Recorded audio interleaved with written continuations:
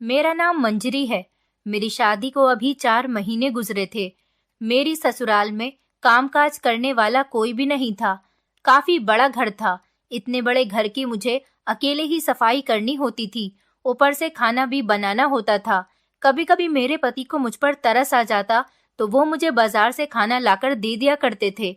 लेकिन हर बार तो ऐसा नहीं हो सकता था, क्योंकि बाजार का खाना नुकसानदायक होता है। मुझे तो कुकिंग करने का बहुत शौक था। मैं नए नए टाइप की डिशेस बनाती थी। लेकिन ससुराल में इतना ज्यादा काम था कि खाना बनाते टाइम पर मैं थक जाती थी, क्योंकि आधे से ज्यादा दिन तो मुझे घर की साफ सफाई में ही गुजर जाता था। मेरे पति का घर बहुत अच्छा था। इस घर में लगभग 6 कमरे बने हुए थे। 2 कमरों में तो ताला लगा हुआ होता था। मैंने कई बार अपने पति से कहा भी था कि घर में किराएदार रख लेते हैं। इस तरह से घर का कुछ काम भी बढ़ जाएगा और मेरे साथ घर में रहने वाले कुछ लोग भी आ जाएंगे। और तो और हमें हर महीने किराए के पैसे भी मिला करेंगे। लेकिन मेरे पति ने कहा, मुझे आजकल किसी पर भरोसा नहीं है। मैं इस तरह किसी भी किराएदार को घर में नहीं रख सकता, क्योंकि मैं ज्यादातर घर से बाहर रहता हूँ और तुम सारा दिन घर में अकेली रहती हो। मुझे क्या पता कि घर में क्या होता है और क्या नहीं। मैं किसी भी तरह का खतरा मोल नहीं ले सकता। मेरे पति की बात भी सही थी कि आज के दौर में हम किसी पर इतनी आसानी से भरोसा भी तो नहीं कर सकते ना। वो मेरी ही तो भलाई के लिए ये सब कुछ कह रहे थे। मैं बहुत खुश नसीब थी कि मुझे इतना प्यार करने वाला पति मिला था। मेरे पति का नाम विकी था। विकी मुझसे बहुत प्यार करते थे। हमारी शादी उनकी बहन ने अपनी मर्जी के मुताबिक करवाई थी। उनकी बहन ने मुझे एक शादी में देखा था और वहां पर ही उन्होंने मुझे पसंद कर लिया था। उन्होंने फैसला किया था कि वो मुझे अपनी भाभी बनाकर ही रहेंगी। इसी तरह से वो अगले ही दिन मेरे घर पर अपने भाई के लिए मेरा रिश्ता लेने के लिए आ गई थी। विकी में किसी तरह की कोई कमी नहीं थी। उनका घर भी बहुत बड़ा था।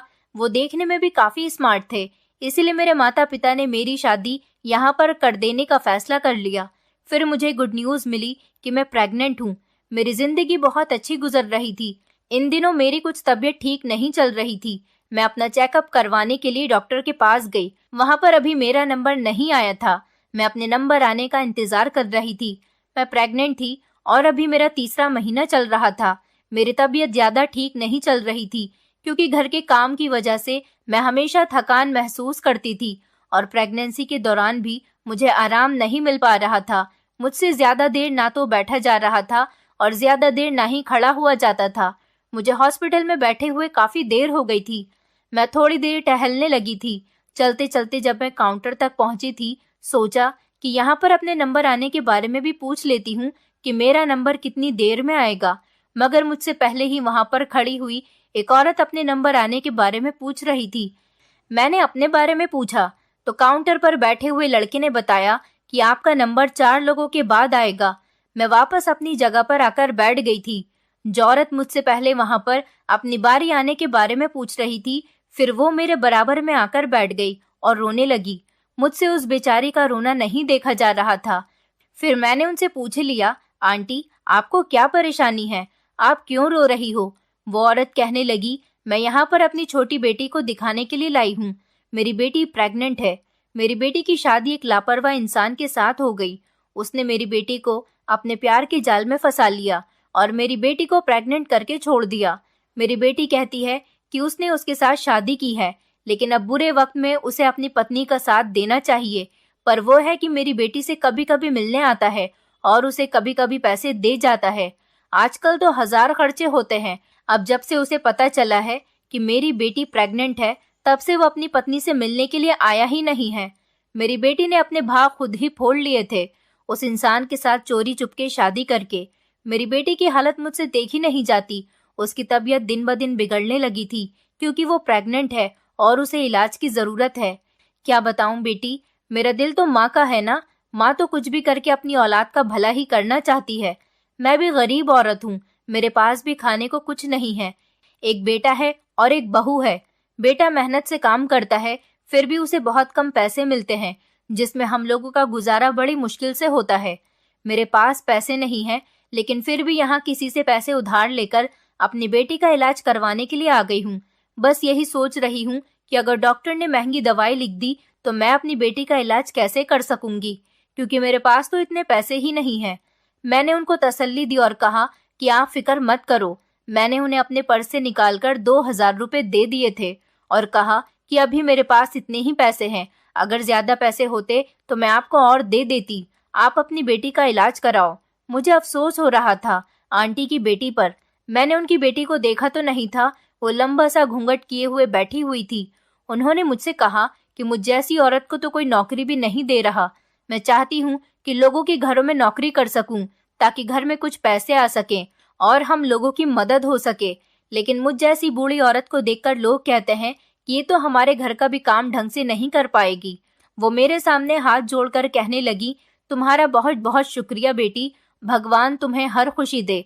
तुमने आज ये पैसे देकर मुझ पर बहुत बड़ा एहसान किया है। मैंने कहा, आंटी जी, क्या आपको काम की जरूरत है?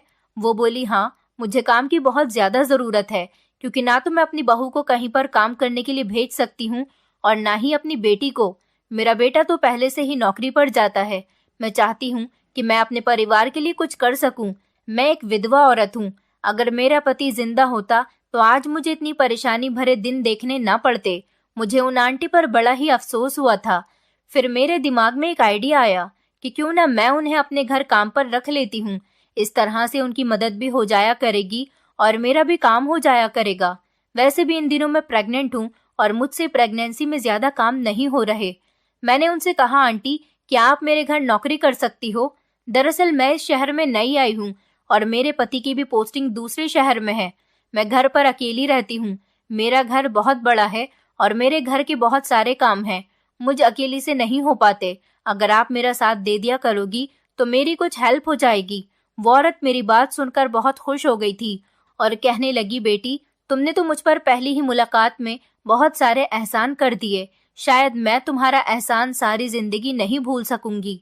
मैंने इस औरत को अपना एड्रेस और मोबाइल नंबर एक पर्चे पर लिखकर दे दिया था। तब तक मेरा नंबर भी आ गया था और मैं अपना चेकअप करवाने के लिए डॉक्टर के केबिन में चली गई थी। अगले दिन सुबह के 8 बजे के टाइम पर वो हमारे घर पर पहुंच चुकी थी। मैंने उनसे बहुत अच्छे तरीके से बात की थी और आज पहले दिन मैंने उनको अपने हाथ से चाय बनाकर पिलाई थी। वो मेरी आदत से बहुत खुश हुई थी और बार बार मुझे आशीर्वाद दे रही थी। मैंने उनको घर का सारा कामकाज समझा दिया था और खुद थोड़ा आराम करने के लिए अपने कमरे में चली गई थी। अचानक ही मुझे नींद आ गई थी। मैं लगभग 3 घंटे तक सोती रही थी। जब मेरी आंख खुली और मैं अपने कमरे से बाहर आई तो ये देखकर हैरान रह गई थी कि आंटी तो घर के काम में बिजी थी। मैंने देखा कि उन्होंने मेरे पूरे घर को शीशे की तरह चमका दिया था और अब वो कपड़े धो रही थी।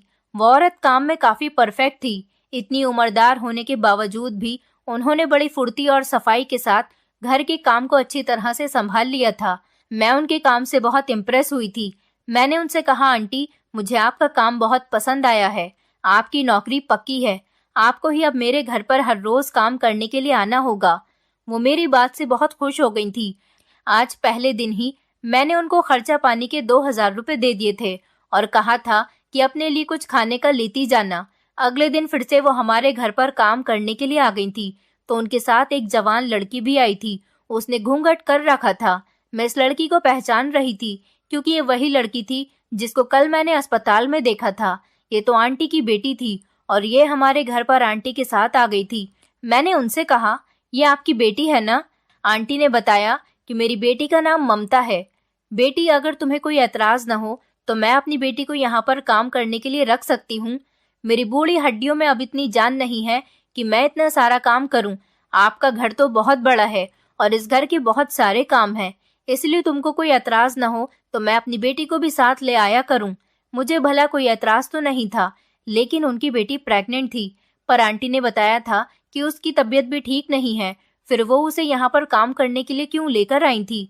मैंने उनसे ये सवाल किया तो वो कहने लगी कि मेरी बेटी की तबीयत अब काफी बेहतर है और इसके अब बच्चा होने वाला है। इसे अपने बच्चे के बारे में भी तो सोचना है।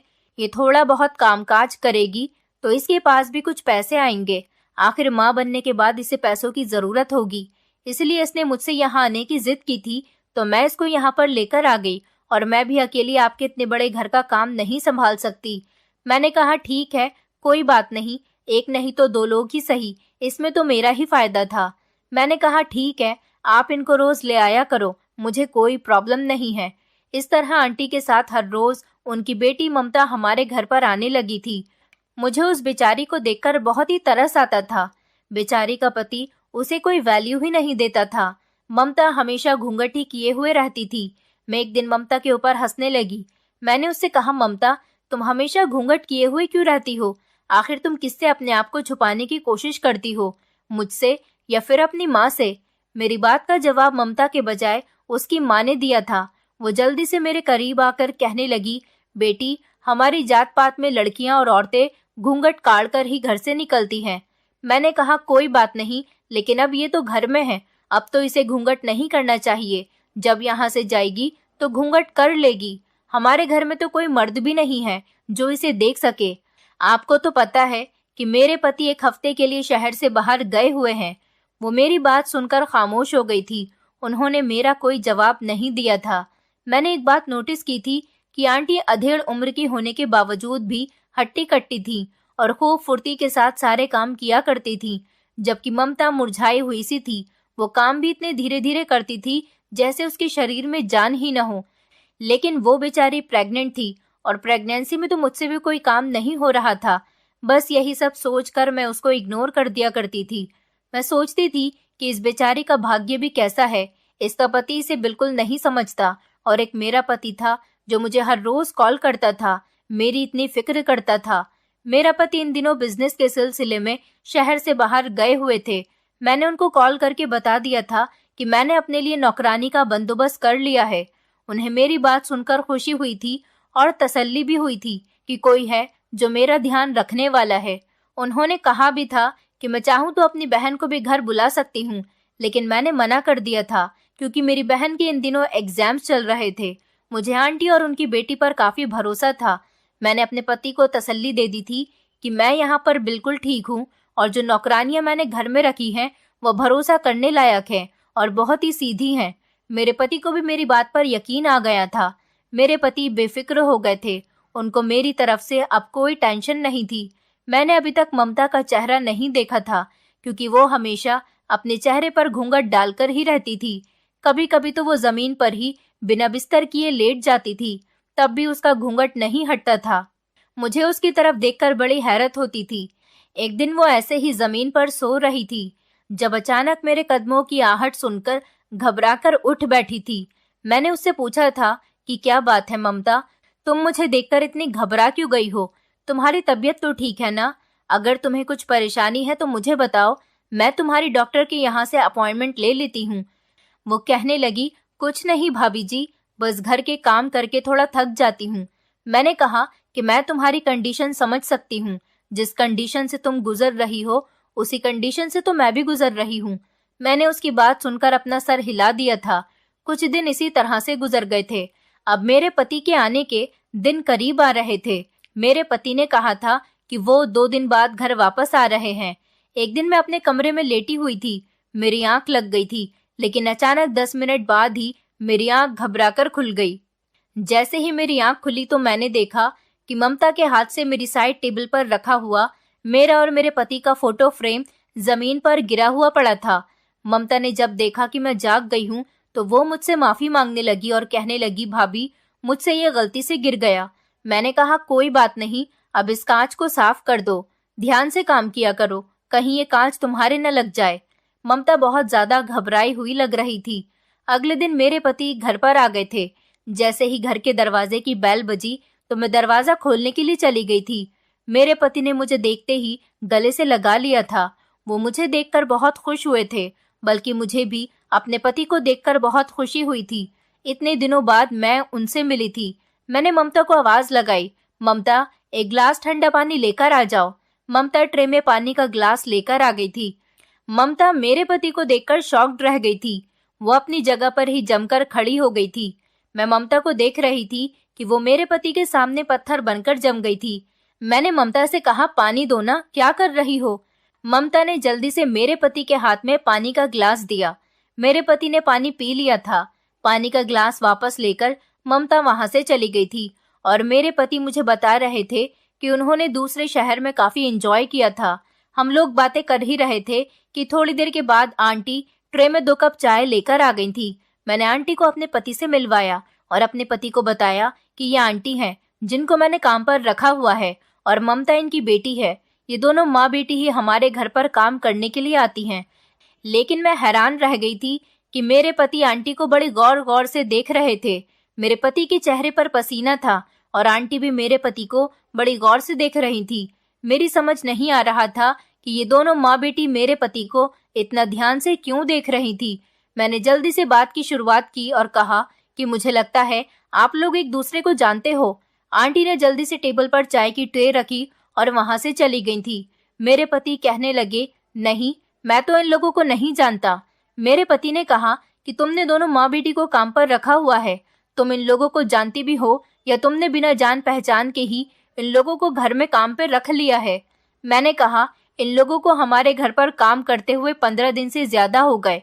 ये दोनों बहुत सीधी सादी हैं और तुम्हें पता है उनकी जो बेटी है ममता, वो बेचारी मेरी तरह प्रेग्नेंट है। उसका पति उसे प्रेग्नेंट करके मायके में छोड़ गया था। इस प्रेगनेंसी के वक्त उसे अपनी पत्नी का साथ देना चाहिए। वो तो अपनी पत्नी को छोड़कर ना जाने कहाँ चला गया। हाँ, अपनी पत्नी के लिए कभी कभी वो थोड़े बहुत पैसे भेज देता है। मैंने अपने पति की तरफ देखकर कहा, आप बहुत अच्छे हो।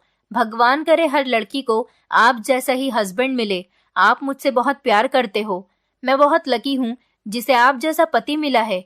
मेरे पति को मेरी बात सुनकर कोई ज्यादा खास खुशी नहीं हुई थी। वो बस मामूली सा मुस्कुराकर उठ गए थे और नहाने के लिए चले गए थे। मैंने आंटी से कहा था कि टेबल पर खाना लगा दें, हम लोग अभी थोड़ी देर में खाना खाएंगे। थोड़ी देर के बाद मेरे पति नहा धोकर फ्रेश हो गए थे। हम दोनों कमरे में ही थे जब मेरे पति मेरे करीब आए और कहने लगे, मुझे इन दोनों नौकरानियों में कुछ गड़बड़ लग रही है। मैं चाहता हूँ कि तुम इन दोनों को नौकरी से निकाल दो। मैंने अपने पति से कहा, आपको क्या हो गया है विकी? ये दोनों बहुत अच्छी हैं। अभी आपने इन दोनों का काम नहीं देखा। जब आप काम देखोगे तो उनकी खूब बहुत तारीफ करोगे। ये बहुत सफाई से काम करती हैं। जैसा मैं कहती हूँ वैसा ही करती हैं। अभी तक इन्होंने मुझे किसी भी शिकायत का मौका नहीं दिया। फिर भला मैं उनकी कोई भी गलती हुए बिना ही काम से कैसे निकाल सकती हूँ? विकी कहने लगे, मंजरी, तुम बहुत भोली हो। तुम ऐसी चालाक और शातिर औरतों के बारे में नहीं जानती हो। ऐसी औरतें पहले अच्छी तरह से घर का जायजा लेती हैं, मालिक मालकिन का भरोसा जीत लेती हैं और उसके बाद अपना हाथ साफ करके रफा दफा हो जाती हैं। मैंने कहा, विकी, आपका दिमाग खराब हो गया है क्या? आप पहले मेरे साथ चलो, हम दोनों साथ बैठकर खाना खाते हैं। कितने दिन हो गए हैं हम लोगों ने एक साथ बैठकर खाना नहीं खाया। मैं अपने पति का हाथ पकड़कर उन्हें नीचे ले आई थी। मैंने देखा कि आंटी और ममता टेबल पर खाना लगा रही थी। मैंने ममता और आंटी से कहा, आप दोनों भी आज टेबल पर ही बैठकर हम दोनों के साथ खाना खा लीजिए। मुझे खुशी होगी अगर आप लोग हमारे साथ खाना खाएंगी तो। आंटी ने तो कुछ नहीं कहा था, लेकिन ममता ने कहा, नहीं भाभी जी, आप खाना खाओ। मुझे आपसे कहना था कि मैं छुट्टी लेकर अपने घर जाना चाहती हूँ। मैंने कहा, इतनी जल्दी? अभी तो दोपहर के 3 बज रहे हैं। तुम्हें रात का खाना भी तो बनाना है ना। और आज तो वैसे भी मेरे पति आए हुए हैं। आप दोनों को मेरे पति के लिए उनकी पसंद का खाना बनाना है। ममता ने हाँ करते हुए गर्दन हिला दी थी, लेकिन ममता की आवाज से मुझे कुछ गड़बड़ लग रही थी। ऐसा लग रहा था जैसे उसकी आवाज रोई रोई हो रही है। इधर आंटी का भी चेहरा बहुत उदास था। इन दोनों माँ बेटी को क्या हो गया था, मेरी तो कुछ समझ नहीं आ रहा था। इसी तरह से रात हो गई थी और 8 बजते ही आंटी और ममता दोनों ही सारे काम से फ्री होकर मेरे घर से चली गई थी। अगले दिन जब वो घर पर आई तो मेरे पति ने दरवाजा खोला था। तभी अचानक मैं भी वहां पर पहुंच गई। मैं ये देखकर हैरान हो गई कि मेरे पति ममता से कुछ बात कर रहे थे, लेकिन क्या बात कर रहे थे मेरी कुछ समझ नहीं आई थी। मैंने नोटिस किया था कि जिस दिन से विकी घर में आए थे, आंटी और ममता हम दोनों पर बहुत ज्यादा नजर रखने लगी थी। इसी तरह से काफी दिन गुजर गए थे, लेकिन मैं और विकी जब भी रूम में होते तो ममता छुप छुप कर दरवाजे के बाहर खड़ी होकर बाहर हम दोनों को देखती थी।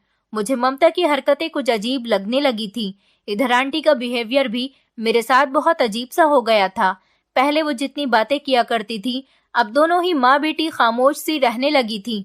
अब तो ममता का थोड़ा थोड़ा पेट भी निकलने लगा था और मेरा भी, क्योंकि हम दोनों की डिलीवरी में सिर्फ 1 महीने का ही फर्क था। मैंने देखा था कि ममता अब दिन ब दिन कमजोर होती जा रही थी। मैं जो खाती थी उसे भी मैं खाने के लिए वही दिया करती थी, लेकिन वो मेरी दी हुई हर चीज से इनकार कर देती थी। मुझे लगा कि शायद अब उसकी तबीयत ज्यादा खराब रहने लगी है,